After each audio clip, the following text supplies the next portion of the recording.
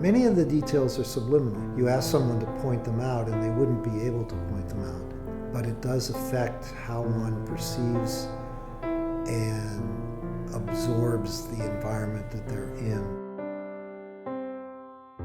It's the subtlety of the architecture that makes the difference between a building and art and architecture.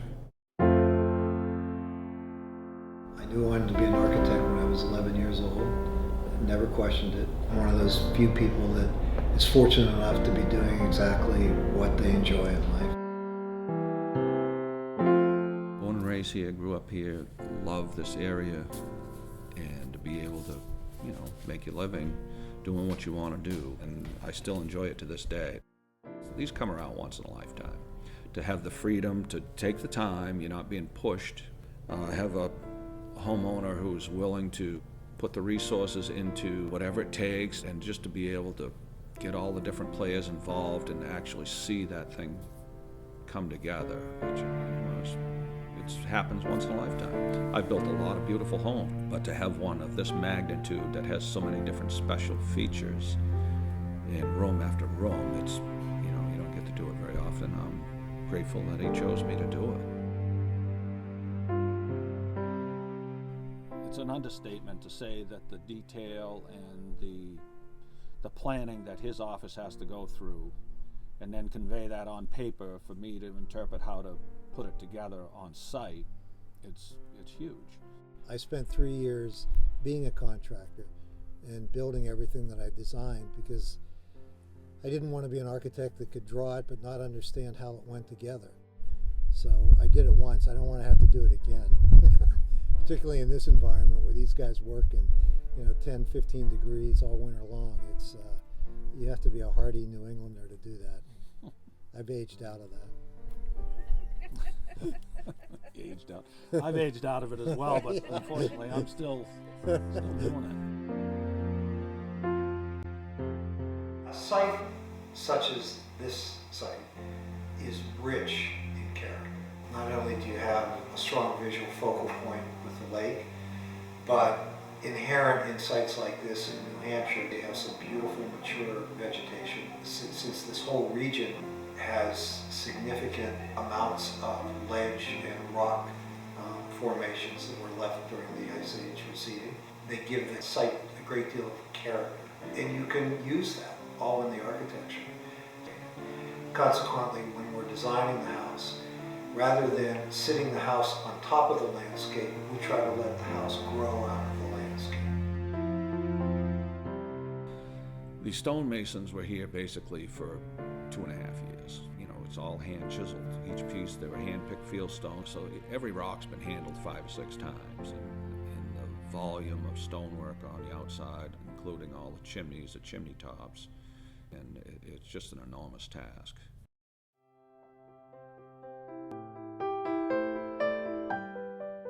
Once you actually enter the home, you come into a grand vestibule that has some extremely interesting classical architectural details. A spiral stair that literally links all 4 floors of the house and penetrates from the basement area up all the way through to the 3rd floor living area of the house. And it's also expressed as a cylindrical tower with a clear story of windows that wrap around the entire top portion of the tower, which allows natural light to spill down that stairwell into all 4 floors of the house. That's a very strong architectural element and was an extraordinary accomplishment by the builder to actually build it so that it looks like the way we drew it. I'll never forget, there was a time I was headed to the lumberyard and I met a guy at the end of the road with an old beat-up Jeep, and he pulled in and said, "Is this a happy job? I'm here to look at doing some stair work." First impression, I'm like, okay, yeah, this is the right one. Scruffy hair, beard, the best, absolute the best mechanic I've ever seen.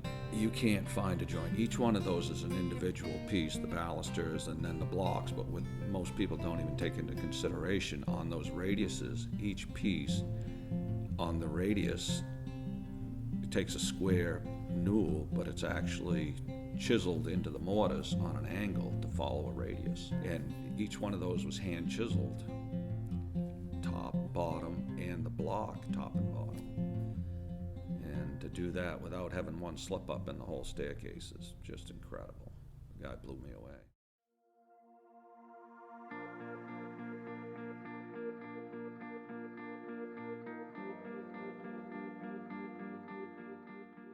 Rather than just create a big rectangular box, one of the things we tried to do with the house was to shape it to the landscape. There was the opportunity to create various bays and elements of the house, dormers in the roof line, octagonal bays for the hot tub room, the circular tower for the curved stair, the circular tower for the master bedroom and the deck up on the second floor. All of those elements break down the scale of the house to give it a more intimate feeling. Every time you go into another room, there's some type of feature in that room that grabs your attention, and that's what makes it unique. There's been a lot of, big square foot houses built, but anybody that I've talked to that comes into this place, they feel it's comfortable.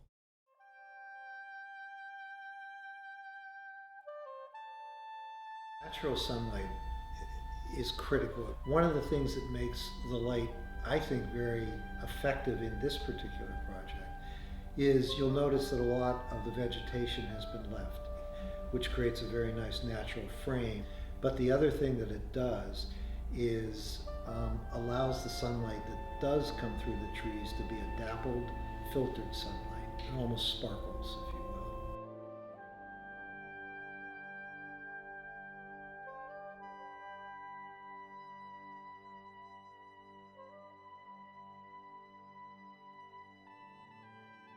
When you're doing the interiors, you see how light starts to play into rooms. Oh, well, we know we want to have motorized shades and drapes. If we want to do a block out or a blackout of a room, we have roll down shades, which now you're incorporating all into the millwork. Everything has to be recessed, hidden. These are all types of things that come as you're developing through the job.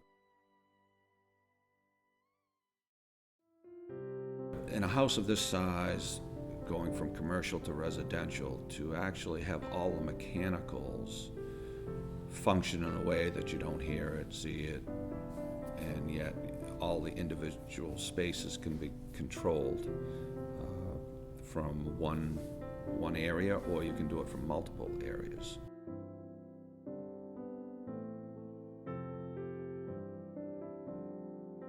One guy wired this whole house. It's an 800 amp service with 5 200 amp subs. In pulling some of these home runs with a light touch system, you could be on the third floor and have a wire go all the way to the basement to control a single light. At one time he had told me he had 30,000 feet of 12-2 wire. Just in 12-2 wire. There's miles and miles of wire. The intent when designing the boathouse was to make it integrate smoothly and seamlessly with the design of the house, and to make the boathouse feel like it was growing out of the landscape. Prior to the change of the current laws of the state, depending on how much frontage you had, you could build your boathouse accordingly. Now the state has mandated that nothing can be built out into the water. It's one of the last ones before they change the rules and regulations. Nobody will ever be able to build one of this caliber again, the whole lake, or anywhere in New Hampshire, basically. It's the last of its kind.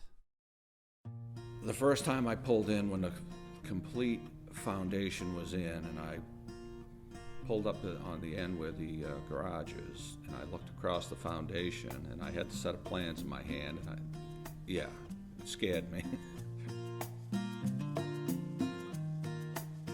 And in the end, it becomes a beautiful quilt that has lots of depth and texture, but it all works together as a whole.